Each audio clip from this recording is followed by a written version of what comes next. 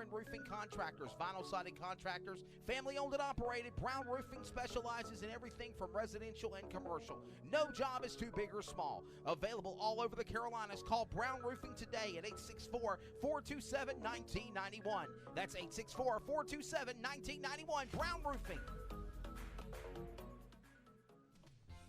At Holcomb Funeral Home, we strive to give back to the community that has been so good to us. Everyone needs a helping hand at times. It is for those reasons that we sponsor the Holcomb Funeral Home Keep Union County Cool project. If you are in need of a fan, go by WBCU Radio and complete an application. Holcomb Funeral Home wants to give free fans to those in need.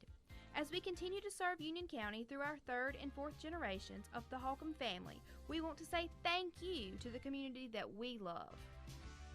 So what if your roommate, we'll call him Einstein, decides to microwave a metal mixing bowl full of cookie dough and sets your apartment on fire? We've got an agent for that. See me, State Farm Agent Letha King, for auto, renters, frankly, all kinds of insurance. I've got your back, so call me today at 427-5634. That's 427-5634. Like a good neighbor, State Farm is there. Come enjoy the friendly service that Graham's Flowers has to offer. They have gift baskets and fruit baskets for any occasion. They also have wind chimes, angels, plaques, and vase arrangements to give to someone to brighten their day. For sympathy, they have plants, sprays, and many different funeral arrangements that can be done. Visit them online at grahamsflowers.com and come on down to Main Street to the beautiful store next door to WBCU, Graham's Flowers. You're in tune with 1460 WBCU here in Union, South Carolina. Special report: protests across America. Storms subdued protests in the nation's capital last night, but the protests are bringing out people who are volunteering to help the demonstrators. We were really heart-wrenched when we saw the National Guard deployed, the military deployed, police officers shooting innocent people with signs in 90-degree weather that had nothing to protect themselves. So what we've been doing for the last 3 to 4 days is passing out supplies, protective eyewear, because we're a nonviolent group that really just wants to convey our message. Democratic presidential candidate Joe Biden had this message for black leaders. It's about the attitude of the country. Do we want our kids, do we really think this is as good as we can be as a nation? I don't think the vast majority of people think that. 2 officers in Buffalo have been suspended after video showed them pushing a 75-year-old protester to the ground. President Trump has posted a letter from a lawyer of his which calls the protesters in Washington terrorists. I'm Mike Moss. Millions of jobs were added last month. Correspondent Christine Romans reports the May unemployment rate was 13.3%. The job market stopped crashing in May, and that's really, really important here. 2.5 million jobs were added to the payroll, so there was hiring, and it was mostly in leisure and hospitality and food and drink establishments. So you can see those limited reopenings, and the government mentions that in the report. The limited reopenings are starting to have an effect. A deadly night in Valhermoso Springs, Alabama. Local reports say deputies responded to the call about a shooting in Morgan County, Alabama early this morning and found 7 dead inside a home and the house on fire. Deputies say they were able to put out the fire before firefighters arrived, and that's when they found the 7 adults dead in the home. The Morgan County Sheriff's Office says in a Facebook post, the deaths will be investigated as homicides. There are no suspects in custody. I'm Scott Carr. On Wall Street, the Dow futures up more than 500. I'm Mike Moss. Have you ever wanted to learn a new language like French, Spanish, or Russian, but thought it would be too difficult and time-consuming? Then go to Babbel.com and try it for free. Babbel works because it's built around real life. It teaches you everyday practical conversations that you will actually use. In 15 minutes a day, you'll be on your way to speaking a new language in just a few weeks. Babbel uses a modern conversation-based technique that makes language engaging, fun, and memorable. It starts by teaching you words and phrases. Then, sentences gradually get more complex. Soon, you're practicing short conversations about real-life topics. Babbel is created by language experts who use the spaced repetition method to help you learn quickly and remember what you learned. With Babbel, you can speak a new language. Babbel. Language for life. Now try Babbel free. Just go to Babbel.com or download the Babbel app and start learning a new language today. That's Babbel.com. Babbel.com. Some fear the protest may launch a new round of coronavirus cases. Everyone who's been at a George Floyd protest or march should get a coronavirus test in the immediate future. New York's governor said they should also assume that they've been exposed to the deadly virus. Many of them wear masks, thank God. But there's no social distancing. You look at the encounters with the police are right in their face. They're right in the face of the police. Andrew Cuomo looks at these large gatherings and he believes that the virus is definitely being transmitted. One person can infect hundreds. If you've been to a protest, he said you should also stay away from other family members and people in your household. Steve Kastenbaum, New York. The CDC director, Dr. Robert Redfield, says he is very concerned the agency's public health message on the coronavirus is not resonating with the public as he sees the number of cases continuing to rise across the U.S. and crowds growing at the protests. I'm Mike Moss. We're talking with Tim at Union Pennzoil Quick Lube and Tiny Bubbles Cars. Tim, how's it going, buddy? Hey, it's going great, Chris. You know, listen, we pride ourselves on keeping Union County rolling. Oh, yes, sir. Got to keep it going. You know, a lot of people haven't been rolling. You know, a lot of us been at home or whatever, but a lot of folks are seeing now, they're looking at their stickers saying, oh, hey, I need to get my oil changed. Time to go. Yes, sir. It's been a while since some of them have drove, but listen, bring it on in, folks. 520 Rice Avenue, right down from Bojangles. You know where we're at. We get you in, we get you out. That's the best service in the world, and of course we got the free checkups. So even if your car has been sitting around a little bit, you haven't been driving it that much, bring it on in, we'll check it all out, add all the fluids to it, whatever it needs. There's never any charge. And oh yeah, by the way, Chris, #1 oil in the world we pump down here. Yes, sir. Pennzoil, folks. It amazes me. We've been here almost 7 years now, Chris. And a lot of people have been using us those whole 7 years, yes, and there's sir. some people got a lot of miles on their cars, and it's because the Pennzoil gets them there and gets them back. Union Pennzoil, Quick Lube, Tiny Bubbles Car Wash, come see us. Union County's news and information station, 1460 WBCU.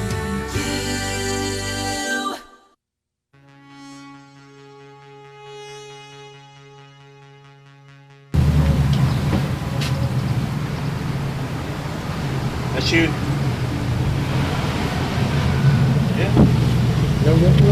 Good morning to you.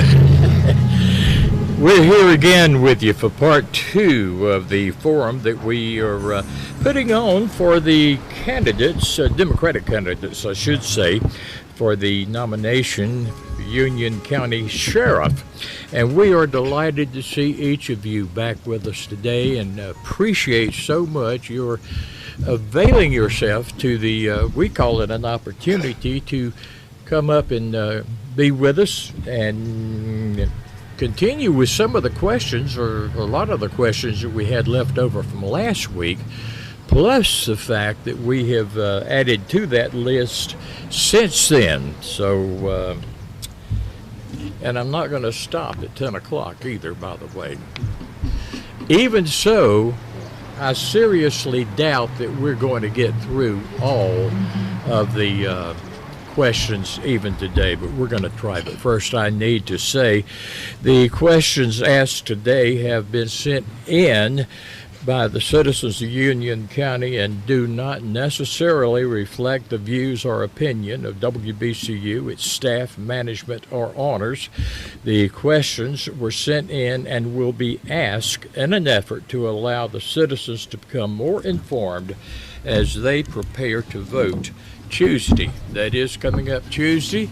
I talked with Darlene Pettit down at the election commission, and she tells me everything is set, everything is ready, and everything is normal in spite of the COVID-19 pandemic that we have going around. But she says all precincts will be open. They'll open at 7 o'clock. Close a.m. and close at 7 p.m. And remember, too, we have a new voting system. It's not hard. I've done it, so I know it's not hard. So, but just be prepared for that when you go in. Well, let's get right into the program this morning. And I would, even in all the questions that we have, there's not a lot of duplicity in them. So we have a ways to go. First question is relative and current, to be honest with you. As we continue to hear of racial profiling of minority citizens in this county, do the candidates see this as a legitimate problem, or do they feel it is something to be dismissed? We'll right here, starting with John. 2 minutes time limit on this, 1 minute for rebuttal. Good morning, Mike. Racial profiling is a problem, but when you officer writes summons or complaints or something, that is tracked by the state or South Carolina Law Enforcement Division. Every car stop, a citizen should receive a contact form. They keep track of if it's the gender, the male, female, the race, black or white, Hispanic, time of day, and what they were stopped for. So the state's kind of trying to get a handle on that, and that can be pulled up by officer supervisors to make sure that they are in compliance. And as your sheriff, I would make sure that no officer is racially profiling. Good. Ed, you want to respond? Who wants to respond? You want to? I'd go ahead. I think in certain cases across the whole United States, there's issues with racial profiling. At some points, we've seen some examples of that recently. But that's one of those things where you have to be aware as sheriff and be aware of your deputies and investigators and everything, and let them know exactly where you stand. Under the state accreditation, like I said, there's policies and procedures that you will follow they're known before we get out here and get into the public. But that kind of stuff has got to stop. It can't happen. And under my watch, I will not tolerate any racial profiling. If I see it as an issue, I'll address it. I will hit it head on, and we shouldn't have that problem. That's something that I think is a terrible thing, and we shouldn't have that problem. Sheriff? One thing that helps in protecting against racial profiling is the BWC. Every officer that's on patrol has body-worn cameras. A lot of the detectives also have BWCs, and they're all downloaded, and we're able to view any of those at any time. Racial profiling, I think, is a problem, but one good thing about our community is we know nearly everyone that we come in contact with, and living in a small community has its advantages to help protect against that. We're a tight-knit community, and we're going to see that nobody's going to be treated misfairly regardless of their color or gender. Robbie, do you want to say anything? Absolutely, yes, sir. First, Mike, thank you. Racial profiling is something that's alive, it's thriving. I totally disagree with it. I do not like racial profiling. I think it does not have a place in our society any longer, never has. It should never continue.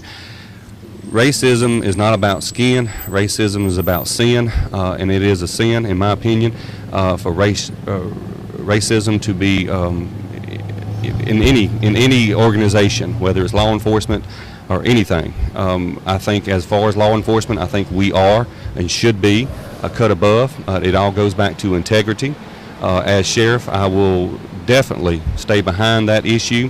I've had numerous classes throughout the years dealing with racial profiling and how it relates, and how it's basically a cesspool, and people get sucked into it through their beliefs and propaganda and stuff. It makes me upset that it exists, and I do not agree with it. Okay, thank you. Carl Jennings? Yes, racial profiling, like Robbie said, it shouldn't be, but it is. And I was an avid traffic officer in Gaffney City. And I did not, I got a lot of complaints about stopping cars, Caucasians and black people. But it's the demographics of where you were. I didn't see a person, I seen a violate a car. And, it just depends on where you're at, unless you're actually investigating a particular demographic, But, as for racial profiling, this day and age, it's time, I hate to say it like this, but it's time to police the police, because it's things that's going on that We need the police. And under my administration, if I'm elected sheriff, that's exactly what we'll do. We'll hold them accountable, because in light of the George Floyd situation, we need to do better in policing the police and stop the racial profiling. Thank you, and just hold on to your microphone, because I'm going to start with you on this next question, and that is, what are your views on the recent issues surrounding George Floyd?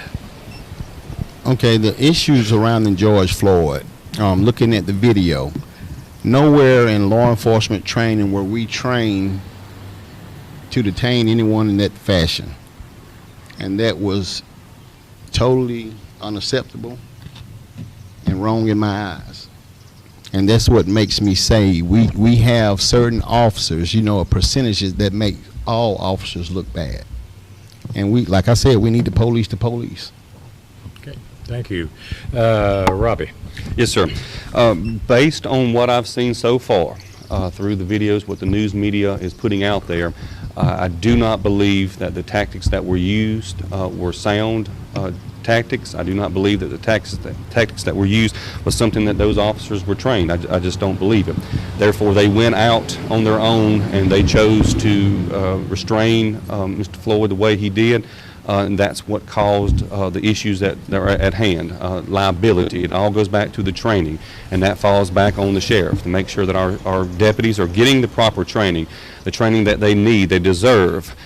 Training lessens liability. If your deputies are trained in all aspects, that makes them a better deputy, that makes the community a safer place, and that prevents issues like what we've been going through for the last week and a half now. I feel like it all falls back on the sheriff, that we should have good training. Training officer should be someone that can lead and direct his or her deputies, and that's exactly what I would do if I'm elected sheriff. Sheriff, what do you say to that? I agree. First of all, let me say I do not know all the circumstances around the arrest. I can only speak to what I've seen in the videos. Nowhere in law enforcement are we taught to restrain an individual the way this individual was held. And as all the officers there were on the scene, some officers should have taken action against this person that was kneeling on George Floyd's neck. That is very unacceptable, and I think the outcome of these individuals being charged is appropriate. But again, let me stress, I don't know all the details of the incident, and until I can, if I could view everything that took place, there's still no excuse for what happened. Very good. And Jeff Bailey. Yes, it was a terrible situation. It was sickening to watch. But officers are trained at the academy how to actually take down individuals such as that, handcuffing. There's procedures that they need to follow. They were trained better than what we've seen. Now they decided to have these rogue actions, it looks like to me, and those are not acceptable at any point in time. But there should have been somebody in the group of the officers that were there that should have stepped up and said, hey, this is not right. We need to do something about this. And even if you are scared that you might lose your job, or because you speak up and because this is a superior officer, it's ethically and morally right to protect that man's rights. And that's what we have to do as law enforcement. We have to make sure that everybody's rights are protected and they are given everything that they're supposed to get when it comes down to the Constitution. And you have a guy laying on the ground and he's stating he can't breathe. Somebody needed to take notice and take control of that situation, because evidently there were some rogue law enforcement officers on that scene, and you just can't have that. And as sheriff, I will not tolerate that. I will not put up with it, and in any form. So I just think it's a terrible situation, and it caused a lot of hurt, a lot of heartache in the country, and the people of the United States aren't standing behind what happened. They're not standing behind those actions, and I agree with it. We shouldn't stand behind those actions of those officers. Thank you. All right, John Sherfield. First of all, I'd like to send my condolences to the family of George Floyd. What happened with Mr. Floyd was a tragedy, and I see those officers have been arrested, and I hope that they are prosecuted to the fullest extent of the law in the state of Minnesota. However, I have to say that those officers do not represent the majority of law enforcement across the state or the nation, and certainly not in Union County. Most officers serve with dignity, respect, and integrity, and with equal fairness. As a sheriff, that's what I will do. I will make sure that my officers do that, and I will not put up with any kind of mistreatment of anyone. So, okay, thank you. Now I'm going to start this time down the line here with Jeff Bailey, and one reason I'm starting with you, well, I think it's a fair thing to do right now. Secondly, this question is directed to you. Okay. Why should voters decide on you as a candidate for sheriff if you've never taken part in anything involving day-to-day duties as an active police officer? What is your plan to lead an office to which you haven't performed simple patrol tasks? Well, you know, this question comes up so many times, and I don't know how many times I need to answer this, but you know what you have to look at. Let me go back. Of course, my 7 years with probation pro, I went to the academy. I've said that and all that. We know all that. Okay, carried a weapon, the whole 9 yards. But you know, to say I've never been on a crime scene, well, I can dispute that right now, because if you're familiar with the law years ago as a judge, as a magistrate, when our coroner was out of town, I was the coroner, so I had to go to the scenes. I've seen. I worked the scene down there where the hot spot in Lockhart, where Ray Broom was shot. Went from the hot spot to the hospital, helped process the body, you know, check out everything. I had to talk to the family, so I had to sit there and explain to the family, you know, he's deceased. You need to give us a little while, let us do our job, take care of things, and then we can get back to talking about letting you come back and see him and talk, you know, and talk to the doctors and you know, whoever law enforcement's there also. But there were several cases. One week, for instance, I had 5 deaths that I had to handle. So and they were a couple suicides, and so I've been on those scenes. But when it comes down to, you know, everybody wants to scream about experience. 18 years in the judiciary, I know the law. I know what it takes to arrest somebody. And that's what I'm standing on. I understand what it takes, but I'm about management. And if you look at the funds that are missing out of the sheriff's department, and you look at the wreck that sheriff's department is in right now, you need somebody that can manage people, manage the funds, and manage the budget, and put people where they need to be. It's not about me going out handcuffing somebody. You have trained people that can do that. So what I'm telling the people is, trust me, I know the law. I got more experience in law than any of these people. Thank you. Okay, anybody want to add to that? Sheriff Taylor, you would be next if you choose to respond. Well, I think it's a legitimate question about experience. You know, you can be dedicated to a purpose, but if your dedication has nothing to do with your background, you're still not going to be successful. And I think that's evident in the law enforcement field. It's kind of like going to a doctor and having open heart surgery. You don't want his nurse to perform that surgery. You want the doctor to do it. And it's the same way in law enforcement. We see this today more than ever with the type of crimes that we see. We have white-collar crimes. We have computer crimes. Everything under the gamut now in scams that we're dealing with that he has no background in. Next would be Robbie, if you choose to respond. Yes, sir. Thank you. Mike, I agree that this question is a legitimate question. With my experience of 28 years, I think it carries with it a lot of experience as far as leadership and management, accountability. If I am elected sheriff, I want to continue protecting our citizens of Union County, specifically our children and our elders. I want to treat everybody with respect. I want to enforce the laws with dignity, integrity, and honor. I want to use the experience that I have to make a financially sound and wise decisions as far as our budget is concerned, the money coming in and out of the sheriff's office, to be able to use that money appropriately and legally, and to save the taxpayers money. That's the ultimate goal. What can we do to do our job effectively? Thank you. Carl, you want to respond? Not really. I mean, there was a question for Jeff Bailey, and the only thing I could say is that, like it is a legitimate question, but you know, the experience is a must. And you know, I've been the chief of Jonesville 5+ years. You know, so I've run a department under limited resources, and I have real world experience. You know, and that's pretty much all I have to say. Okay. John, you want to say something? Yes, I've been retired since February the 14th, and I know there's some laws that have changed then. But I think Jeff's been out of law enforcement for at least 4 years, and there's been a lot of laws that have changed during that time. My certification is still good and will remain good for 3 years. So I could go back in the office and take up some videos and do some core classes, and I'm caught right back up, which wouldn't be the case actually with Jeff.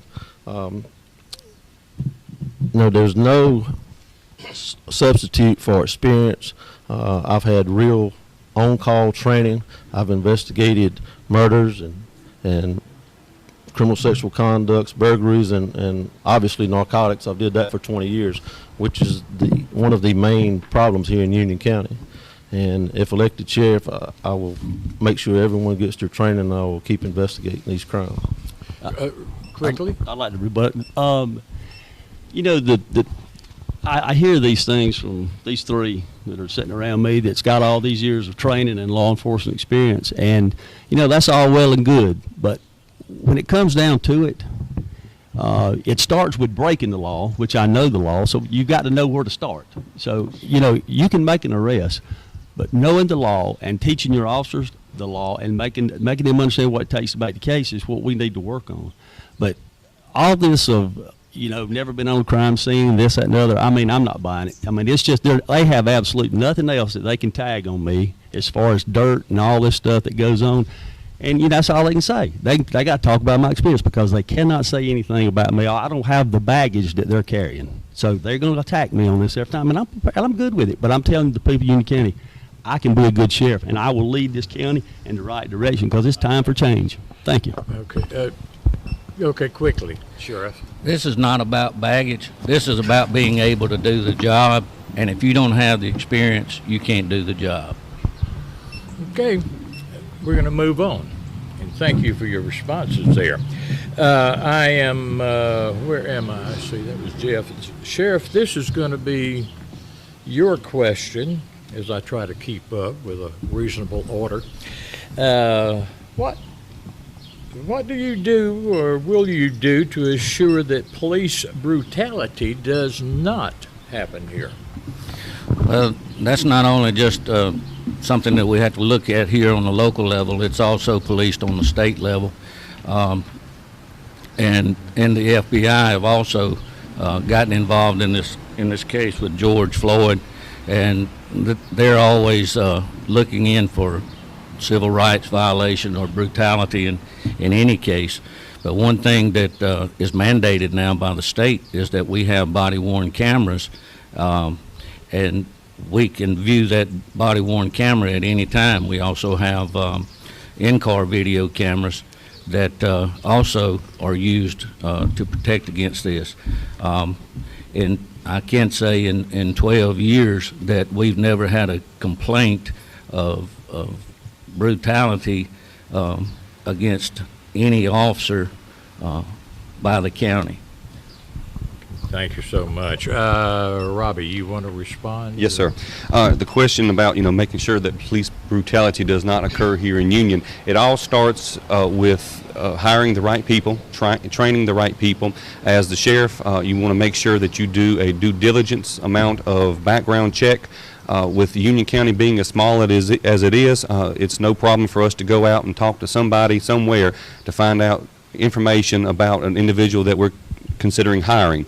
Once that interview process starts, talk with that individual, ask that individual if they have anger issues, if they have issues with certain people, color, race, whatever. Also incorporate that during the polygraph procedure. But also, the state now requires that everybody being hired must undergo a psych evaluation, which we do that. We send them off for psych eval, and having seen the questions that have been asked during psych eval, I know for a fact that that's questions that are being presented. So it all goes back to the training, to making sure that we choose the right people. And then after we hire that individual, continue the training and emphasizing to the people, to the deputies, how important it is to maintain a cool head with dealing with the citizens out here. Because a lot of times we get upset, it gets personal, and we have to remain professional at all times. Carl Jennings, what do you think? Well, I think that what we need to do, the root cause of police brutality is not respecting humanity. And what we need to do is treat people with respect in law enforcement. We are held to a high standard, and we need to act as such. I mean, you don't need to be treating people like they're less than people. And that's basically it. I mean, you need to treat people with respect. Okay. John? I believe that the process of that starts with the hiring process, as Robbie said. You have to go out and do extensive background investigations, because a law enforcement officer is entrusted with making decisions that could possibly take someone's freedom, and you have to take that seriously. No other profession allows a person to do that, and you have to have good employees, and you have to have good management to do that. Also, as Sheriff David Taylor said, the body-worn cameras and the in-car cameras are vital. We have to watch those and keep up with the officers. And as a sheriff, you have to investigate complaints if you get any from the citizens. You can't just lay them on your desk. You have to investigate them, and you have to document these complaints. And if you start getting the same complaint on the same officer, you realize there's something to that. So I believe you need to keep an eye on your guys, but at the same time, let them be proactive and police the area. And that's what we need here in Union County. We need to go out here and be proactive and work on these corners where drugs are being sold in the houses and stuff. Thank you so much. Did I get? I hadn't responded. You have not responded. Okay, let's make sure we get you. All right. Well, I think we answered that, or I answered it in the last two questions about police brutality and about Floyd situation and all that. But I think there's more pressing issues. I mean, I want some answers about why we're in the situation we're in right now with the sheriff's department. That's an issue to me. Now, we talked about George Floyd. We all know where I stand. We know where everybody's at. I mean, we need to, and I hope I'll get some rebuttal on this, but I want to know why the sheriff's department is in the shape it's in. And you know, the people of Union County need to know. They need to know. They want to know the answers to this. And I just think we ought to get some. Thank you. Okay. I'd like to respond to that. So the sheriff Mike is calling up to respond to Jeff's comments. First of all, Jeff hadn't been in the sheriff's office never, so he don't know what's going on in the sheriff's office. He never was when he was in the magistrate's office, and he's been in, I don't know where he's been for the last 4 years, so he has no knowledge of what goes on in the sheriff's office. He made a comment a while ago about, I want to know where the $17,000 is missing. Evidently, he didn't read the SLED report, or he would know, but I guess he was too busy going to SLED saying that I rigged the election. I don't know. But following up on the brutality question, I think when we look at the brutality, we're looking at the older officers who didn't go through the psych eval, and I think sometimes those are the officers that were more likely to be likely to have police brutality tactics. Okay. All right. I'm going to move on after that one, and let's see who would be next. I think it would be you, Sheriff. Somebody just wants to know what. Pardon. Oh, you interrupted me. No, Mike's next. Robbie's next. Robbie is the next one. Oh, okay. Okay, thank you. Appreciate y'all keeping up with me. Yes, sir. The question is this. You want to know what's going to happen with 911 and emergency management. these people say they have heard that 911 may go back to the county. And I don't even know where it is right now. Yes. Do you know? Yeah, oh, yes, sir, absolutely. Yes, sir. Presently, both emergency management and 911 fall underneath the sheriff's office. And if I'm elected sheriff, I would definitely sit down with both the director over 911, director over emergency management, and sit down and let's find out what, if anything, can be improved. Where are we at presently as far as morale, as far as work ethics, ambitions, plans for the future? I would like to sit down with all of the employees for both of those departments and trying to get a good playing field as far as a plan. From there, I would like to act on that, possibly going before county council, explaining to county council, any concerns or issues that may exist down there. I'm not saying that there are. I just want to be very active within both the 911 as well as emergency management. As you know, I was the director over 911 for several years. I've worked alongside the emergency management as the assistant director, so I've got a lot of experience from both down at dispatch, 911 dispatch, as well as emergency management. I've gained a lot of experience, I gained a lot of knowledge, I gained a lot of friends, a lot of respect from both of those departments, and I want to continue that positivity through both of these departments. And I think it falls back on the sheriff to be involved, to be active, be proactive with both of these departments. Carl, what do you think? I think if the emergency 911 stays under the sheriff office, I would like to see them get the same benefits as a first responder, because they are some of the first people that take some of the heart-wrenching calls that come in. And I would like to see them get those benefits, and like to see them get more money, because from my understanding, some of them hadn't had a raise in a while. And I like to see them get, more money for their efforts. But I like to be totally involved with emergency management and see that they get what they deserve. Very good. John Sherfield. Mike, if I'm elected sheriff, I would keep 911 under the sheriff's office. The radio frequency license for the sheriff's office is actually issued to the sheriff's office, and is down at 911. So if the radio license was in the sheriff's office name, I would want to be over 911. We have some great personnel down there. They do an outstanding job. They are understaffed and underpaid. I would like to see get pay increases. I'd work with them and hear their concerns and try to address those and make that a better place to work. Have some long hours. I would try to get some part-time help. But like officers, you have to do some vetting. That is a very important job down there. There's some stressful calls that come in, and some of them, I'd venture to say that we've had several quit after some stressful calls over the years. I would also allow some of those to go out with deputies and do ride-along programs. Okay. Jeff? Yes, sir. I feel sure there's good people with 911 down there that know their job. Like I said, I know they're understaffed, and and they need more money. That's how you're going to retain people. You got to have good morale. You got to be able to pay them that money. So therefore, you have to allocate. You have to be managing the budget. You have to know what's going on. But in the end, it's up to county council. They're going to make that decision anyway, if it's going to be under the sheriff or it's going to be back under the county or whoever they put, or just have its own director.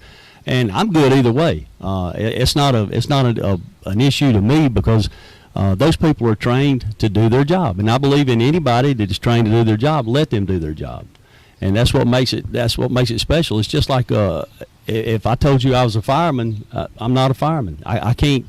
I'm not trained to do that. So when it comes to those situations, those people are very intelligent. They know what's going on. I just think they need to be more money. They need to be looked at and evaluated for their jobs, and we need to hire more people. And that's just going to come from good, sound management and taking care of your budget. Thank you. Sheriff. Well, can you hear me? There's John, Carl, Robbie, and myself are only ones up here at this table that know anything about the operation of 911. We all agree that the 911 center should stay up under the sheriff. It was put under the sheriff when I was in office. not because I wanted it, but because county council was trying to trim the budget and eliminate a position at 911 center. When I took over in 2009, we were under a federal mandate to go to narrowband, and there was nothing even in the process of doing that in January of 2009, and we were to be in compliance by January 2010. So we had to learn very quickly what we had to do to make that compliance. So as you consider who you need to vote for, you need to consider who knows what 911 is and its operation. Very good. Did I get all the way around? I think I did. Okay, good. All right, let's see. I believe that Robbie Hines, I believe you're going to, or is it going to be? Okay. Thank you all so much. I'm here to help you. I need the help. This pretty pointed question here. And this person says, I would like to ask the candidates who were working for Taylor at the time all this corruption was going on, and with all the evidence they had against him, referring to the sheriff, why in the world did they not go to SLED or even the governor? Don't think anyone would have lost their job over that. If they had been a loyal part of the organization, they should have done the right thing and reported what was going on. Okay. I mean, I didn't work for the sheriff office, so I really can't answer that. I mean, but I would say if it's something dissension or something going on inside inside the sheriff office, it should be anonymous ways to be able to report something, and that should be made available to the staff and the, whoever's elected sheriff. This go around, it's something that should be, made available for them to be able to report anything, even if it's anonymously. That's all I have to say about it. There's the whistleblower law would come into play on that type of situation. John Sherfield? Mike, for the last 20 years, my office has been at the Drug Task Force, which is about 3 miles away from the sheriff's office on South Pinckney Street. If you look through the SLED investigation, 1,148 pages, you'll see nowhere in there that I ever signed any money vouchers. I did not have access to any money. The only money I had access to was the SWAT account, which was because that was all totally received from donations and fundraisers. So that was in a separate account. And myself and another deputy were actually looking in that account, and when we discovered there was some transactions that we didn't feel was appropriate, and that's when we did report it. So, and that's listed on page 2 of the SLED report. So I did report this as soon as I found out anything. Jeff?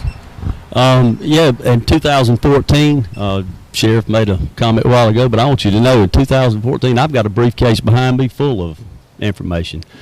But what I want people to know is in 2014, I went to court administration. They sent me to the Attorney General. I spent 2 days in the Attorney General's office meeting with their lead prosecutors and 2 deputy assistant attorney generals, giving them information. I told them what was going on. And then I hear nothing else from them. I didn't just assume it. I gave them the information, okay? And so that's where I'm coming from. I've been fighting this stuff for 6 years now. So I did the own investigative work myself, but I'm 50 feet down the hall, and I know all this. You can't make me believe that if you work in the office, you wouldn't know this. But now, here's the way I look at it. If you stop a vehicle and they give you consent to search, and they tell you there's 3 people in there and you find illegal substance, and nobody wants to claim nobody's pointing their fingers, then they arrest all 3 of them, and to handle one is to handle all, which means, in theory, that means that if one knows it and the rest of them know it, then they're guilty too. Thank you. Sheriff, well, you're on the hot seat here. Yeah, and I'm going to ask you to repeat the question. That loud motorcycle kind of made me lose my train of thought. Yeah, and don't we have a noise ordinance law in the city? If you do, stop the train. The question, it says, with all the evidence. Oh, okay. Now I got you. You don't have to go the whole way. Okay. This SLED investigation Went on for 18 months. It was nearly 2,000 pages. And in 48 pages was a summary. And in that summary, it says one person took money from Union County Sheriff's Office budget. One person. Nobody else. Nobody that handled any other money but that one person. That person is no longer here. But the SLED report speaks for itself. And Jeff talks about he's been fighting it. No, he hadn't been fighting it. He's been stirring it since 2014. There's a difference in fighting and a difference in stirring. And when you stir, a lot of times that stuff flies back on you. Robbie, you're the last one on the line here, I think. Yes, sir. While working at the sheriff's office, I was made aware occasionally of some things that was going on. I tried to stay the course. I was directing, my information to the appropriate authorities that I was receiving. As the wheels of justice moved slow, I wasn't getting anywhere. People wasn't responding as quickly as I thought there was going to be, as far as especially with concerns. I stayed in my office. I worked my job. I worked as efficiently and effectively as I could. There was some things that was brought out in the case file that I was not aware of, that I didn't know. But the bottom line is this, that, if I'm elected sheriff, that's one thing that the citizens of Union County will not have to worry about. The deputies of Union County Sheriff's Office will not have to worry about. There will be mechanisms in place to provide access to the citizens that they can contact through SLED, through the solicitor's office over in York County. Also, there will be mechanisms in place for our deputies. Our deputies will be able to anonymously contact the York County Solicitor's Office, and I have reached out to and talked to the York County Solicitor's Office, so I'm speaking from true information. They will be glad to assist our deputies if our deputies feel like there is something that's going on that's not legit in the Sheriff's Office. They will have access to the York County Sheriff's Solicitor's Office to report such concerns. I do not think that our deputies should ever be placed in any kind of compromising position, any kind of situation that we've been placed in for over the last year or so. Thank you. Okay, thank you. I'd like to say something to that. What David said. You got a 1 minute response. I didn't. I wasn't stirring it up. I give them the facts. It wasn't what I dreamed up. I gave them facts. And if you look at it, if you go back and you Freedom of Information, you can get my report, my statement that I made, and you'll see that 40 to 50% of the stuff in the SLED report is legitimate. It was what I told them prior to this, 2 years prior. I mean, actually 4 years prior. So that's something that people can look into and see. But I was on track, and that was the problem. I was on track, and I was doing what I could to try to help this county, and that's what I stand by. But let's just don't say that one person did it all. That is a farce. That is a out and out lie. One person didn't do it all. Like I said, the hand of one is the hand of all. Thank you. Okay, I'm going to go to John real quick. Okay. Mike, Jeff talks about this, how money got gone, but he was right there in the magistrate's office with those ladies for months and months while money was getting gone. And to his credit, when he found out, he reported the same as I did. Back in 2015, I learned by mistake actually that $72,000 had been misspent from the drug seizure fund. And I contacted Kevin Brackett and met with him in York County with his investigator, Marvin Brown, and spoke to him about that. And I was told that this was not criminal activity. It was more ethical violation, and they would not follow up with an investigation. So anything that I was suspicious of, I did report it, Mike. And I will do that at the same as your sheriff. I have integrity, and I will be accountable for all the taxpayers' money.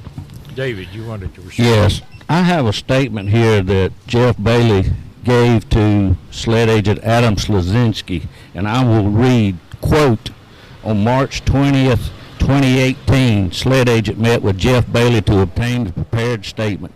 Jeff Bailey provided the following additional information that he did not include in his written statement.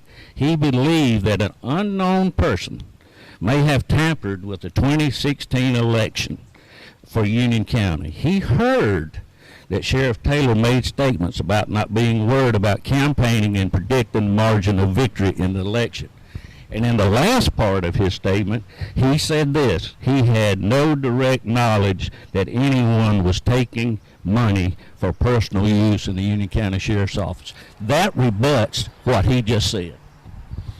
Now, I'd like And to, that's a SLED statement. well, let me come back and say this. The whole situation here about the election, I mean, you know, with all this going on, you have to have it in the back of your mind. Is it possible? I mean, you know, I took it as it was, and I'm back here running again, trying to tell the people that I'm a better candidate, and I want to be the sheriff of Union County because I think I'm going to bring something to the table. It's not law enforcement as usual. It's going to be somebody who's got good, sound judgment, ethics, morals. It's going to do the right thing, and I think that's very important when it comes to electing your next sheriff. We are in a bad situation. We need to come out of this and get a new beginning. Thank you. Let me respond to that. He said that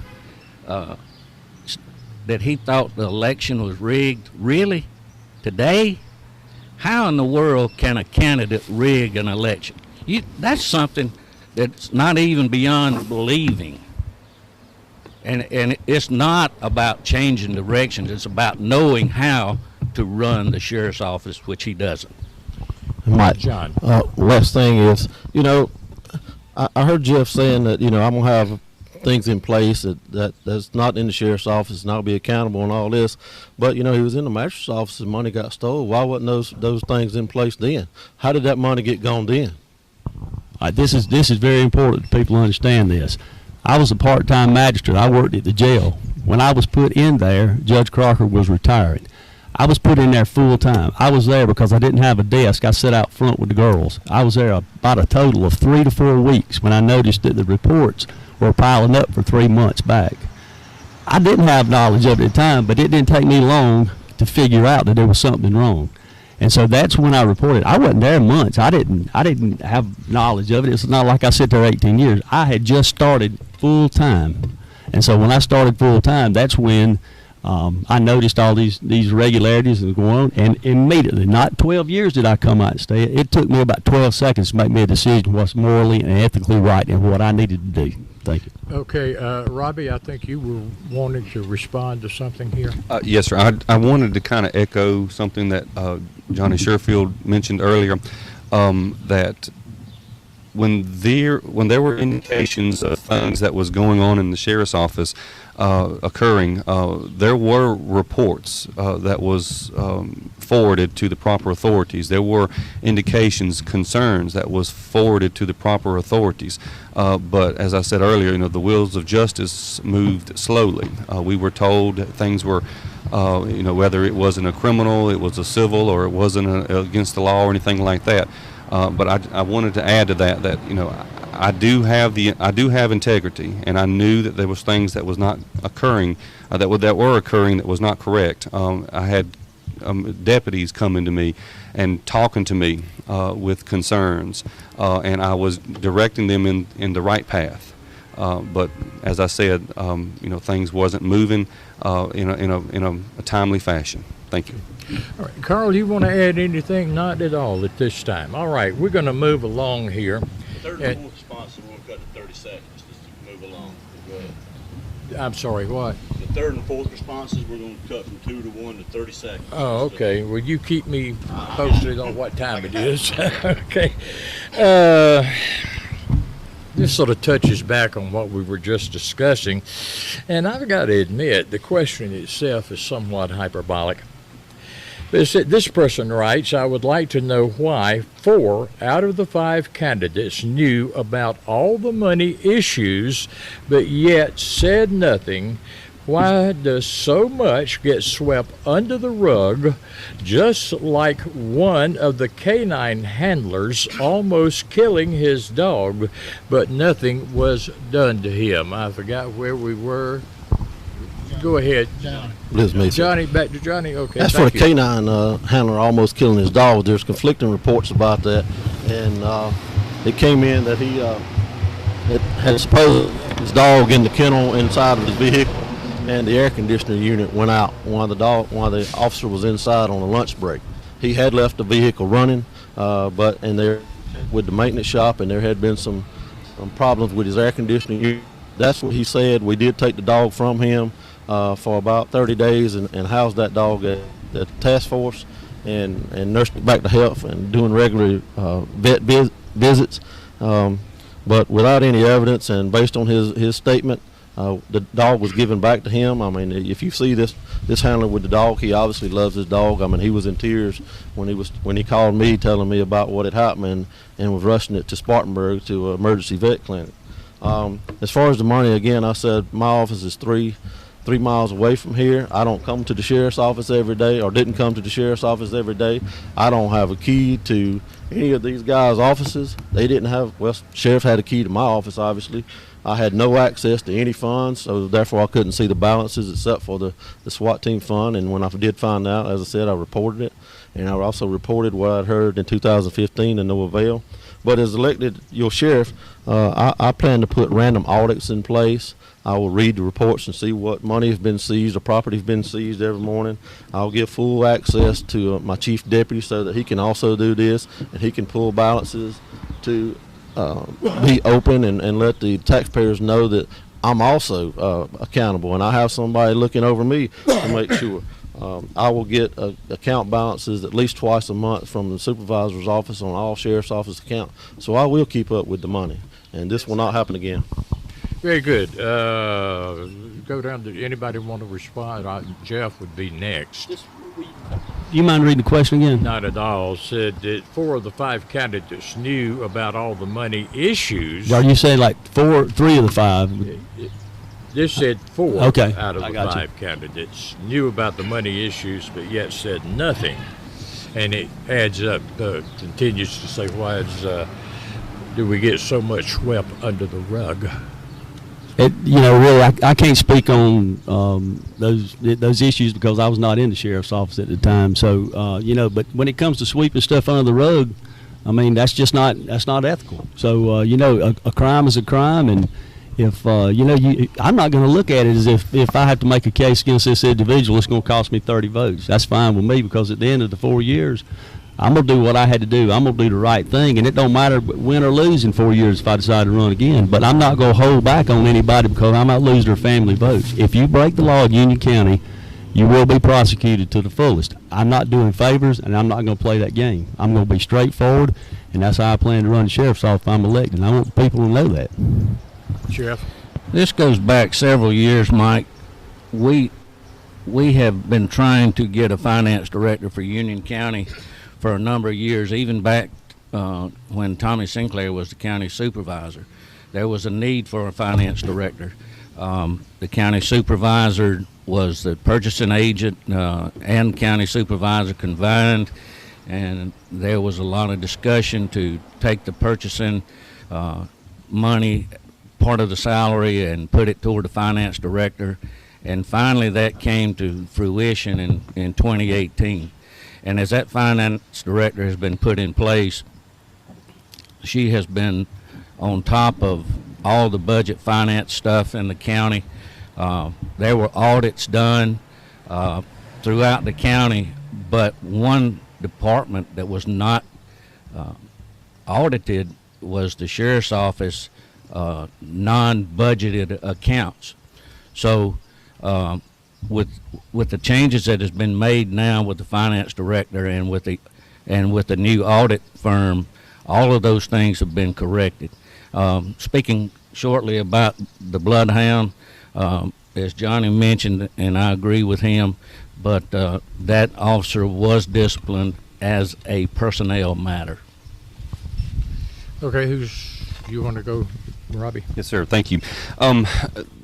What happened as far as in the past with the money and all that, that was devastating to the sheriff's office. We did have a lot of issues that was going on during that time, all of which I believe the proper steps are in place, mechanisms are in place that will hopefully prevent that from ever happening again. Now, if I'm elected sheriff, I know the mechanisms that are in place. I know what has been done. I know where we were and where we are now. I was instrumental in getting some of those mechanisms put in place through policies. We take a lot of money into the sheriff's office through sex offenders, records, checks, and stuff like that. We have accountability audits now with the ladies in the office that I am involved in. We have now a two-person or two-step accounts management that handles the money. No money is brought in without everybody knowing what it's for.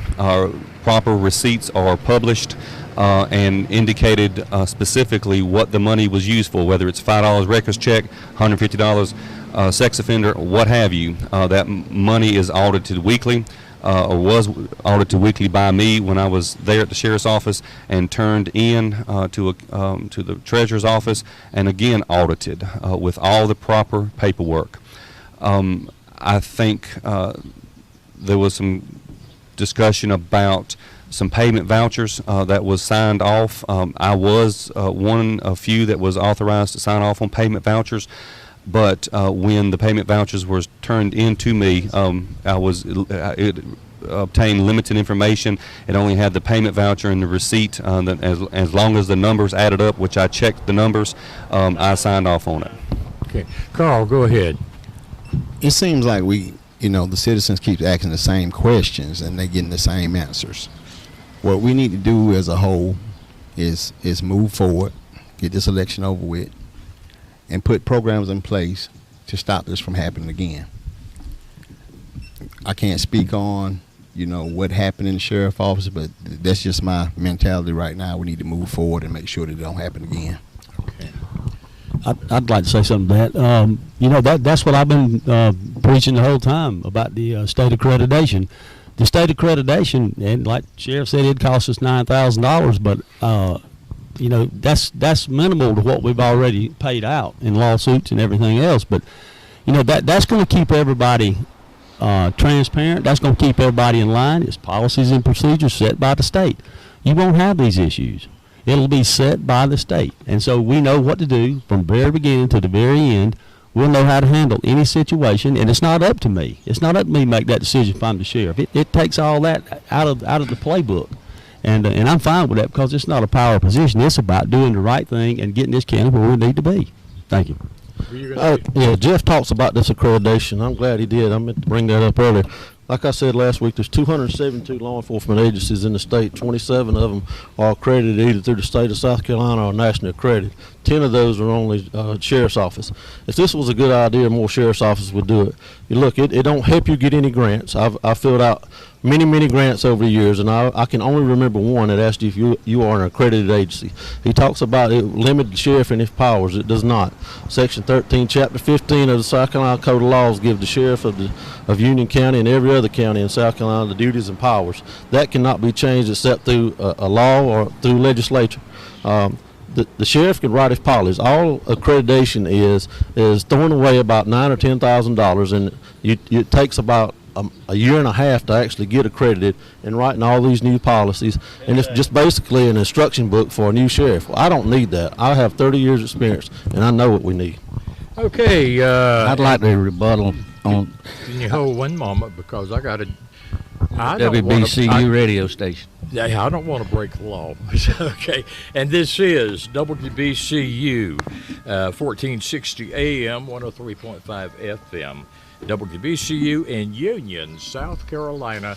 And Sheriff, you wanted to rebuttal something here. Yes, I agree with John. State accreditation is a joke. It's a money-making racket. That's how they operate. They make money off of counties. The county would be in charge of writing all of the policies for the state accreditation, and they just come up and approve it, and you'd send them a check every year that you would get nothing for. So state accreditation is a joke, and it provides nothing to do with the sheriff. It does not take any powers away from the sheriff. He talks about transparent. If he thinks he's going to be a transparent sheriff, I think I'm going to be the Pope. Let me say one thing. You know, you can say what you want. It don't matter. I know what state accreditation is. I've researched it, and I know. And, you know, it is a good program. And like I said, it's a power thing. You just take the discretion away from the sheriff, and that's exactly what it is. But I think, if I'm not mistaken, Chuck Wright and Spartanburg, I think they're accredited. So. Okay. All right. Next question, initially directed to Jeff, you. And this says, if elected, it would appear you are stepping into a black hole. What are the first 3 things you will do if Union County decides you are the sheriff? And a second part of that question is, what does leading by example mean or look like to you? I think we answered that question last debate. Yeah. Could have. Do you want me to do it? I mean, I'll be glad to answer it. Yeah. Yeah, I mean, I can answer it again, though. I remember my answer. Okay. I don't remember it, but I do apologize for not having a sound mind this morning. Okay. But I've got these people here to keep me on. Those are the last ones. That one's not. Nope. Okay. And this question is actually one that we wanted to hear an answer to. And it says, after last weekend's events, that's actually 2 weeks now, it has become apparent to stakeholders in Union County that we cannot afford, both as a community and a department, to operate with 3 certified deputies on the road. First, is this normal setup for weekends, and does the department or office have any data that provides or that is proven that there is less crime committed in our county on the weekends? I don't remember who was next, but I think John. It's Jeff. It would actually be Jeff, because we omitted the other oh, question. okay. All right, just give me just start that question over, because that's a lot of questions. Yeah, it was a lot of it. Cannot afford, as a community and a department, to operate with 3 certified deputies on the road. First, is that a normal setup for the weekend? I mean, that's something with me not being in the department now. I don't know what his policies and procedures are as far as how many deputies, but I mean, just generally speaking, I feel as though we need to have more deputies on the road. And I said this last time I run, and I'm saying it again now, but we need to get more deputies on the road and get better coverage for our county and for our citizens. And you know, a lot of times this gets promised every election or whatever, and it never comes to pass. But I'm gonna do everything in my power to try to get everybody, some representation in their communities and have the deputies be seen there.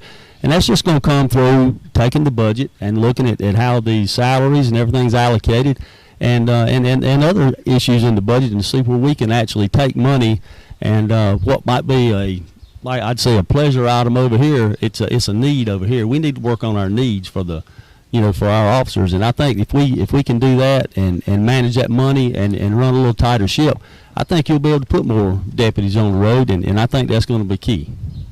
What is a normal setup for a weekend? Normal setup for every shift is just 4 deputies per shift. On the weekend, we have 5. That weekend of the Dover Road shooting, we had 5 deputies on patrol. We had deputies on the scene already when the shooting took place out there. And as running the sheriff's office, we try to have our biggest number of deputies working during the peak hours of crime, and those peak hours are on Friday and Saturday night. So we have an investigator assigned to the shifts on the weekend in case they need an investigator to work. And Jeff was talking about needs and maybe we have money over here. No, it doesn't work that way. we have a little over $300 a day to spend out of our budget to fund the Union County Sheriff's Office. And when I took office, it was half of that. It was about $152 per day. So there's no flush, there's no slush. We bare bones. And Jeff also mentioned that it's talked about every 4 years about we're going to put additional people on, and I don't know why that happens. I can tell you why. Because the county is poor, the council can't afford to hire new deputies, and we ask for them, we don't get them because that need is expensive. If we added one deputy per shift, it would cost between $400,000 and $500,000 per year, every year. Robbie? Yes, sir. Thank you. Basically, this goes back to what the citizens of Union County want. If the citizens of Union County want and desire extra deputies on the road, they would need to go to county council. There would be a influx of concerns to county council. I would be the strong voice. I would be there talking for our deputies and talking for the citizens of Union County. Council would basically have to listen to what everybody's saying. They work for the citizens of Union County. The Sheriff's Office works for the citizens of Union County. And it's what the citizens desire. It's what they want. It's what they need. We have to get the resources to make them feel safe, to make them feel secure. Unfortunately, we don't have the large number of deputies that I think we should have in Union County. Our crime has gone up. Our drugs have gone up. Scams, property crimes have gone up. Our deputies have stayed the same. We have a young department, and that department is growing through maturity, through training, through partnership with everybody. The citizens of Union County deserves more. As sheriff, I will focus all of our attentions on making sure that that is happening, that what happens out in the community resonates back into the sheriff's office. We need partnership. That's what my platform has been the whole time. The community, the government, and the sheriff's office working together, coming together. One unity, one voice. Thank you. Okay, Carl, you, as chief in Jonesville, you work with a small, limited staff. Yes, I understand budget restraints. Surely, I do. Because I would like to have more officers in Jonesville under my tenure there. But, you know, I understand the budget restraints that the sheriff is talking about inside the sheriff's office. But there's got to be a way that, you know, you can look at things and try to figure out something to get more deputies on the road, because that is could be a volatile situation in some cases. And I think that we do need to have more deputies on the road in Union County. John? Mike, there's 516 square miles in Union County. It's hard to cover that whole area in a 12-hour shift with just 4 deputies. I understand the budget restraints, but maybe we could put in on for the COPS grant like Chester County just did this week. They were awarded over $1 million for 6 new deputies, and I would do that. I would seek those grants if elected sheriff. Also, you spoke about the incident out on Dover Road with the 2 fatalities. This is exactly why you need someone like me to be your sheriff. I have the uniform patrol officer experience, I have the narcotics experience, I have the detective experience, some K-9 experience. I was supervisor of those and been on the SWAT team and led the multi-jurisdictional drug task force, and all of those resources were needed at that party with that amount of people that weekend. And I'm not trying to Monday morning quarterback these deputies, but I know they were short staffed and they were highly outnumbered, but I think that, you know, training and experience comes into place, and you need someone there that can handle this and call on other resources as soon as they see a problem start evolving, and I have that experience. I don't need an accreditation manual to see what I can look up and what needs to be done. Okay, yeah, I'd like to say something. You know, and basically, you know, we want more deputies out there and being seen on the road. But it's simple. It's just restructuring. You got to restructure the sheriff's office, and that's my whole game plan. I mean, you have to evaluate the personnel you have, put them in the best positions, and they might not like their position at the time, but if you work on a team, we can move forward. We can do some positive things with the sheriff's office. But that's the key. We have to we have to look at the whole the salaries that we have, and we have to take that and we have to restructure and put our resources where they're needed.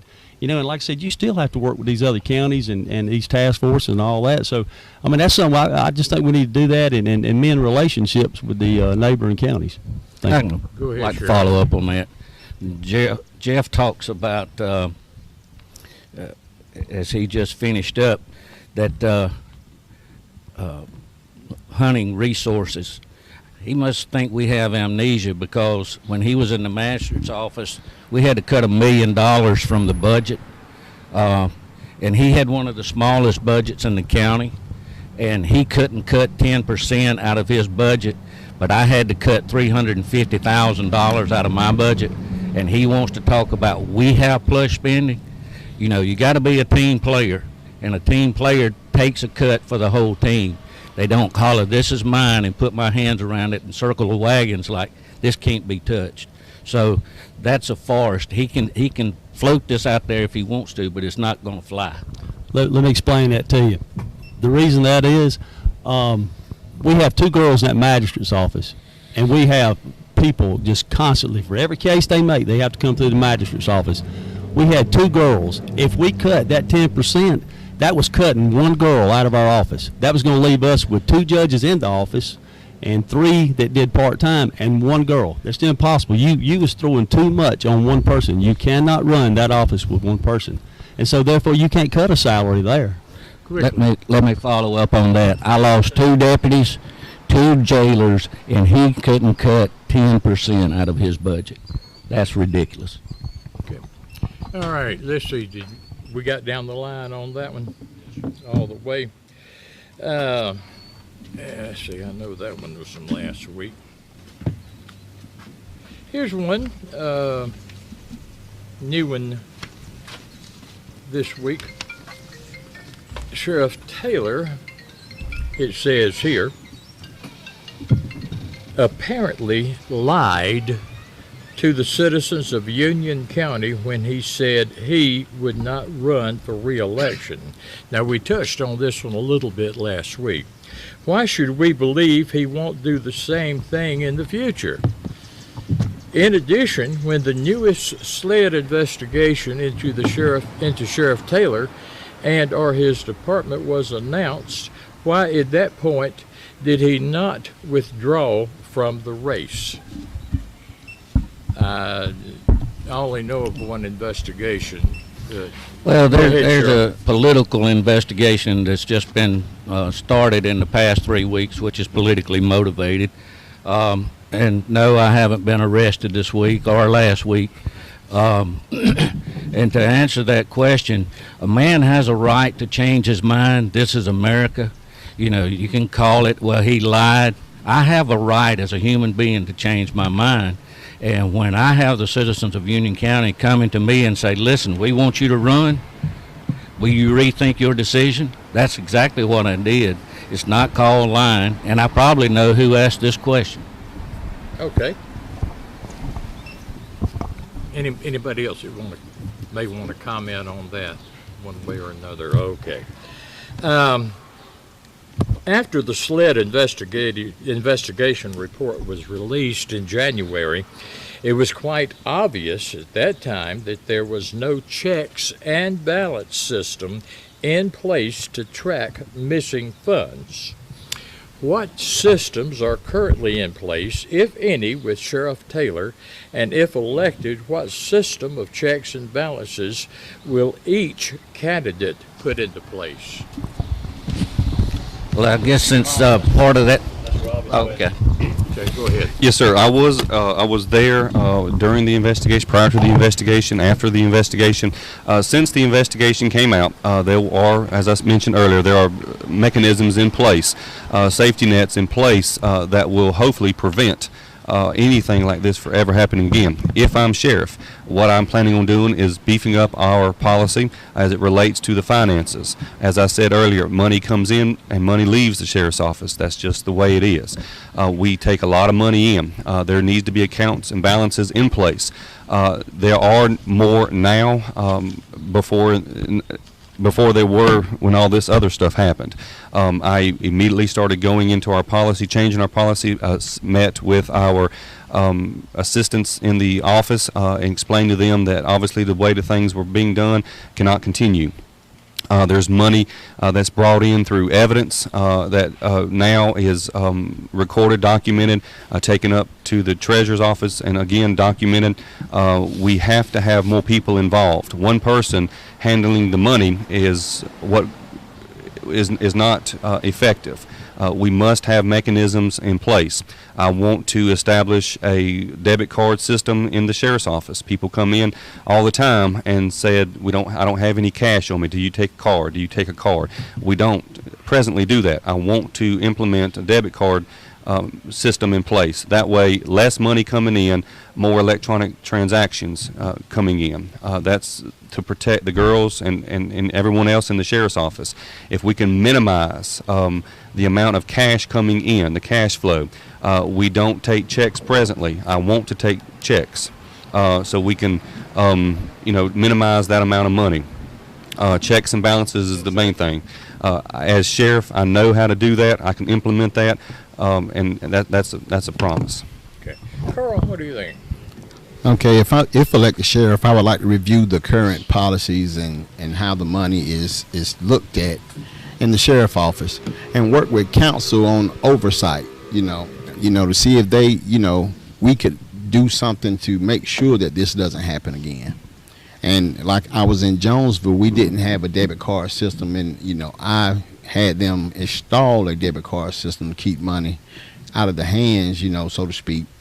But that's what I definitely do if elected sheriff. I would review what you currently have and see if we can make adjustments to it to make it better. Okay, John. Mike, when I was working with the sheriff's office, I followed the policies and procedures, and I turned in money as directed. Those policies changed maybe 3 times over the course of 2009 to 2019 until I retired, but I followed those and I did that. And as your sheriff, I will keep checks and balances just as I did when I was a narcotics investigator and over the supervisor over narcotics and detectives. Right here is a list of every seizure that Narcotics Drug Task Force did since 2009 all the way until the day I retired. I kept that on paper, I kept that on my computer, I kept it on a thumb drive. I also have a paper here of work. I kept when and where we worked and what happened on those days, and I will continue to do that as your sheriff. I kept records. I'm known for keeping records, and luckily during that sled investigation, when some records went missing, I had mine. I gave them all the sled, and they made copies of them, and a lot of that's how they found some of the money. So I'll continue to do that as I've done in the past, Mike. Jeff. We have to have checks and balances. I mean, that's a must. That's a given. Given the situation we're in now, there's got to be checks and balances, and probably more stringent checks and balances.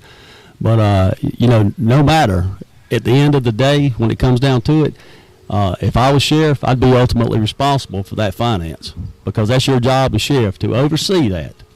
And I just think that's something that we can hang our hat on, that I will be over, and I will look into, and I will make sure that our finances are straight, our bills are being paid, and that's just good management skills, and that's what I plan to bring to the table till we get back on our feet. Okay, Sheriff Taylor. As Jeff was a part of the magistrate's office, whether it's part-time or full-time, he had the ability to put in checks and balances when he was in the magistrate's office, and $50,000 walked out the back door.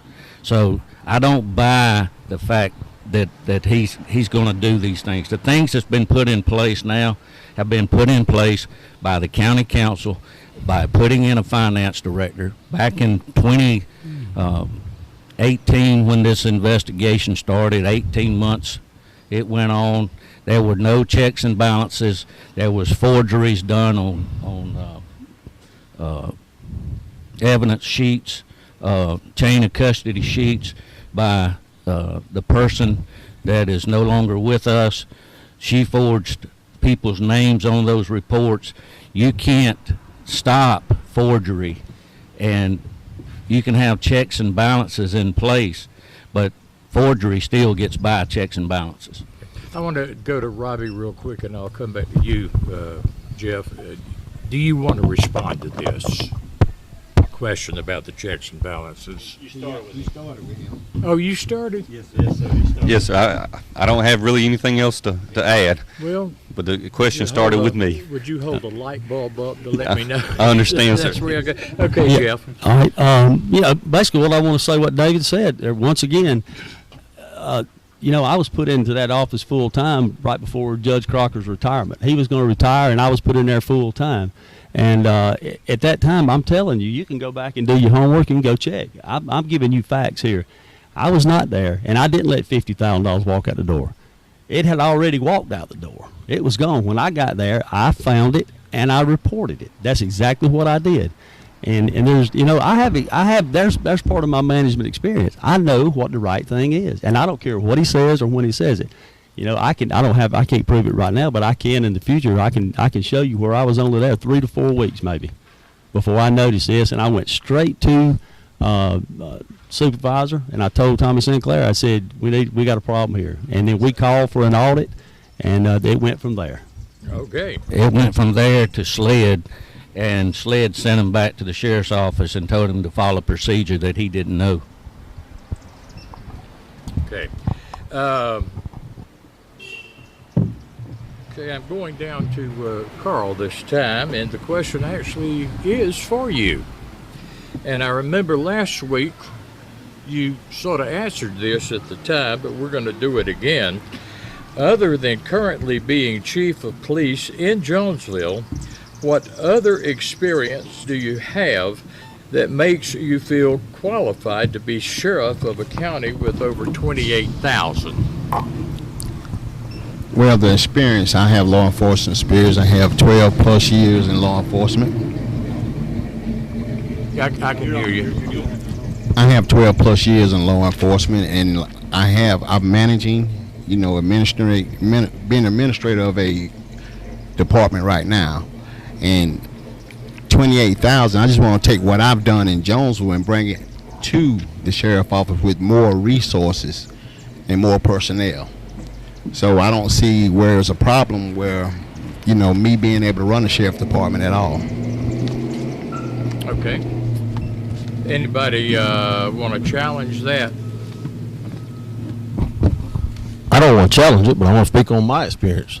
My experience is I've got 30 years, and 28 of it here, 27 of it here in Union County. 20 years and specifically in narcotics investigations. As I said, been the K-9 supervisor, detective supervisor, uniform patrol, and multi-jurisdictional task force, and been on the Crime Stopper board. I know what needs to be done here, and that's why I'm hoping you'll let me sheriff. There's no substitute for experience, and I have that experience in every aspect. I'd like to follow up on Carl's response. When there's not a Jonesville policeman working, the sheriff's office has to cover the town of Jonesville and answer calls. And I have a concern that if I was a taxpayer in the city of Jonesville and I had no better police coverage than what they have, I would be before council, and that's not Carl's fault, but I would be before county council asking them, or city council, asking them why I can't cover the town of Jonesville 24/7, 365 days out of the year. Again, Carl can't work with no more than what he works with, but either the town needs to say we're going to have a police department, or we're going to turn it over to the county and let the county have our people and move forward. But again, it's no reflection on Carl. Carl can only do with what he has, just like I can only do with what I have. Yes, I have. Don't argue with me. Okay. Mr. Mike. Yes. Go ahead. Yes, sir. 28 years of experience. During that 28 years, I've gained a large amount of knowledge and experience through the years. I'm a Class 1, and I'm the only candidate that I think is both Class 1 and Class 2 certified. I'm a driving instructor, firearms instructor, OC instructor, specific skills instructor. I spent many hours at the Criminal Justice Academy to be able to get these certifications. I'm also certified as far as teaching classes, the reserve classes that we have here at the Sheriff's Office, also mental illness, child abuse and child fatality classes, as well as adult and elderly abuse classes, domestic violence classes, legal updates, and a large amount of other classes that I'm certified and educated in order to teach. I've got, as I said, 28 years of dedicated service. I was the past assistant jail administrator, later jail administrator, 911 director, assistant emergency management director. Then I was transferred back over to the Sheriff's Office where I was a captain and later promoted up to major over administration. I have an Associate of Science degree as well as an Associate Arts degree as well. I think with all of that and my charisma, my personality, my dedication, my trust and respect, I think I'm the best candidate for sheriff, and I would hope that everyone agrees with that. Thank you. Experience again. All I can say is you got good experience, you got bad experience. Tuesday, when the citizens go to the polls, y'all just decide. Y'all decide who's got experience and who don't. That's all I can say, because I've laid my cards on the table and they've said what they want to say. But you know what? It's ultimately the voter's decision. And I just ask you to use good sound judgment and let us all know up here what you want to see. It's up to you. It's your town, your county. You make that decision, and we'll live with what the results are of that. Thank you. Robbie talks about his training, Mike, and he says that he was a major over administration. Well, a lot of the money that was missing was from administration, such as the sex offender registry and stuff like that. Why didn't they catch that? I mean, just because you've been here for 28 or 30 years, it don't really mean you have experience. Experience comes from what you've done while you're there. And I have the facts to prove what I've done. 710 incident reports since 2011, 538 traffic summons. I've seized over $879,000 since 2009, signed over 1,000 arrest warrants. I've thrown these numbers out there from the get-go, Mike, but no other candidate can compare to that, and they haven't even addressed that. Okay. Anybody else? Are we closing, or it's? We got about 15 more minutes. Oh, okay. I thought I missed something. No. I thought we was wrapping up. I'm sorry. No, actually, we're not far. Well, you need to go to the bathroom or something? No, I'm good.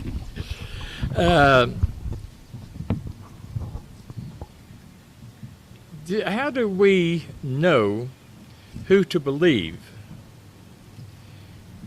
And now this is not directed toward anybody individually. And why should we believe your word? Go ahead. I said, when it comes to what? I'm sorry. When it comes to what? Well, they didn't say that. They just said, how do we know who to believe? I guess that's on any issue, Carl. I'll take that one. Okay. It's simple. You look at who's told the truth and look who has not, and you look at somebody's character and it's like I tell people, my word's my bond. If I tell you I'm gonna do something, I'm gonna do it, and that's what I live by, and that's what every man should live by, because all you have is your name, so you need to take care of it. Mike, first you need to do a little background investigation of your own and talk to people that know these candidates. You'll find that I am a Christian. I attend Buffalo United Methodist Church on a regular basis. I have been saved. I have a great relationship with God, and I am committed to God. I'm seeking this sheriff's position because I want it. I'm retired with full benefits. It's nothing that I need. I want this. I'm 51 years old. I started when I was 21, and this is what I want. I'm doing it for the right reasons because I want to help Union. So you can believe that. And my ethics have been called in question several times this week. But when the bottom line come down, I prove them wrong. Mike, I would encourage people to do like our investigators do in the sheriff's office and law enforcement people do. You dig, you get information on the person and verify or disprove what they say. It's a very simple process. It's part of life. I mean, you see all these police shows on TV. They solve crime in an hour. But when you have to judge people by what you know, not what you hear. And a lot of these things that is, I've heard this, I heard that, they say this. That's not proof. That's just estimation and guesstimation. Mike, I'd like to respond on this as well. Basically, my entire life, I'm 48 years old. My integrity, my ethics have never been challenged. Last 28 years, I've been in law enforcement, dedicated. I've run a very good, clean campaign. People have talked to me all over the county and said that that they've never heard anything bad about me. That's what you got to. That's basically how you judge this. You look at somebody. I've got the experience. I've got the ethics. I've got the integrity. I've got the responsibility, professionalism. That speaks volumes. This question is presented this very second, but I've been living this question my entire life. Do the right thing. That's what you have to do. Live right and do the right thing. Okay, go ahead, Carl. And to answer that question, because I didn't know, it just said, how do you know who to believe? And I was like, on what? But you just have to make that assumption upon yourself. Look at each candidate. And, sometimes things are learned by word of mouth to discredit you.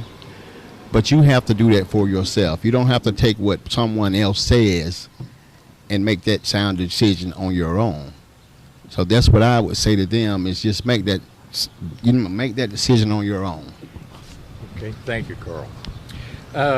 Question here, actually sort of going back to one we had earlier.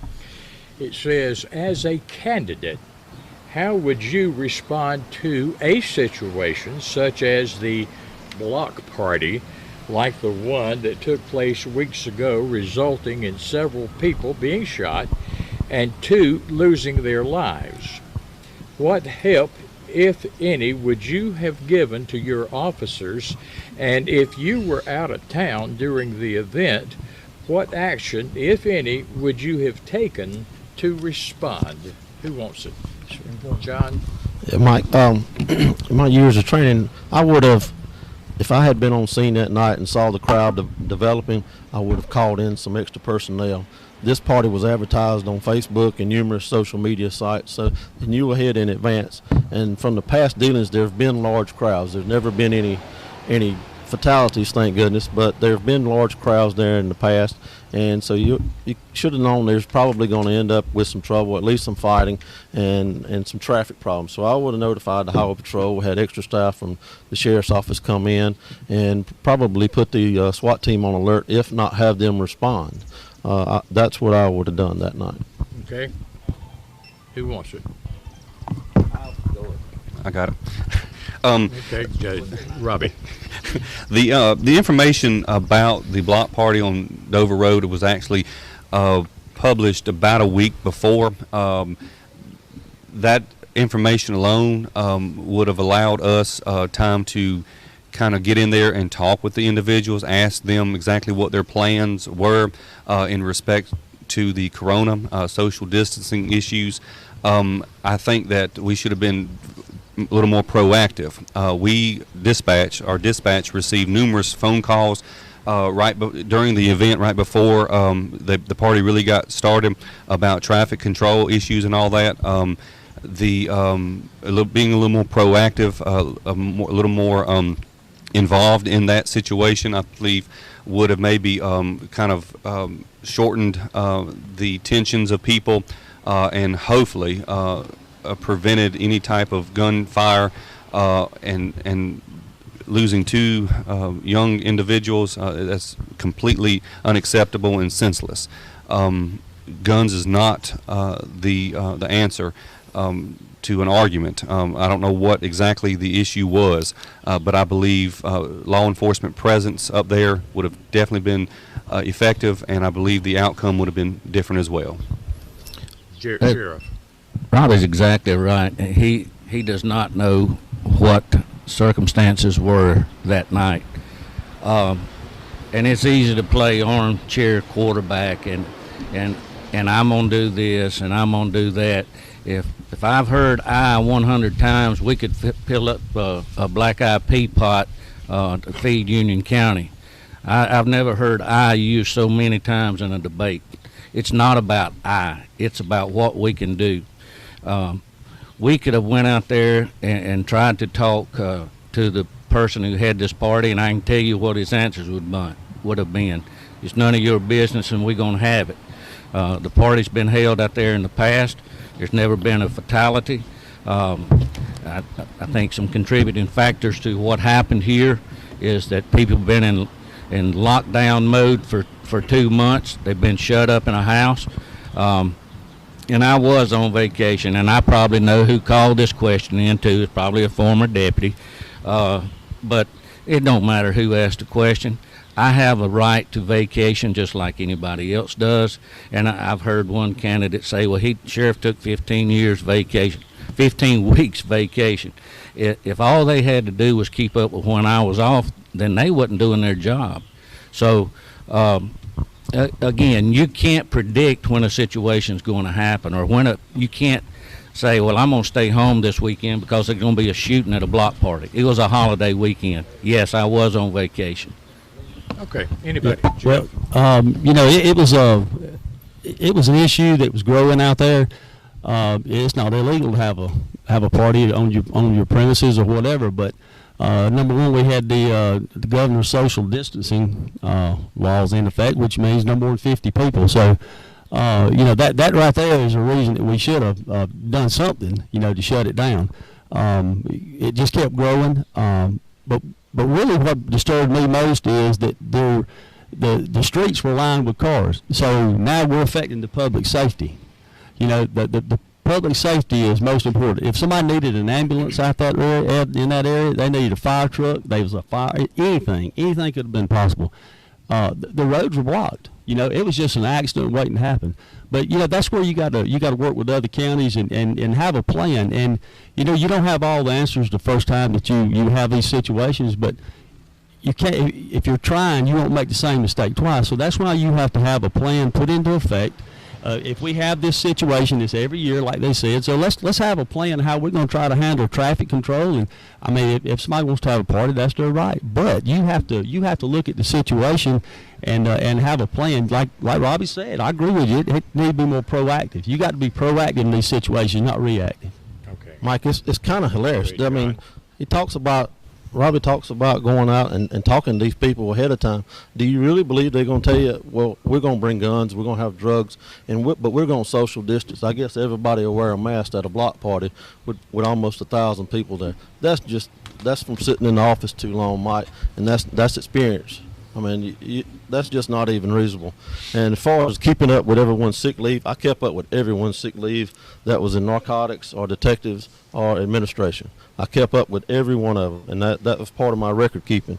And and I'll continue to do that. But I have the experience, and I certainly wouldn't went out and question them and make sure there was social distance. The 50-person count at that particular time only affected public properties. It did not apply to private properties. Sheriff? That's correct. Johnny's exactly right. It only applied to public property. It did not have anything to do with private property. That goes back again, having knowledge of the law. Let me say something. Sick and viruses don't know property lines. It don't. Tell the governor. I'm just telling you, but I'm just saying. I told you what I would do, and that's exactly how I would have handled it. And so it is what it is. But I tell you what though, if I would have been on vacation, I would have been there just as soon as I could get there. I would just as soon as I could get there. If it was that leave that night, or I'd have left early that morning. But you got a responsibility to your officers. You need to check number one to make sure they're okay. How did things went down? I'm sure it was traumatic for them to be out there. You outnumbered 3-1. So when the shots are fired, what's taking place? How are they affected? How is their families going to be affected by this? So you check on your officers, then you make sure everything is you got your investigators where they need to be. You need to get the crime scene secured. There's all kind of things you need to do, but you need to be on the scene. Okay. I got to follow up on that right quick.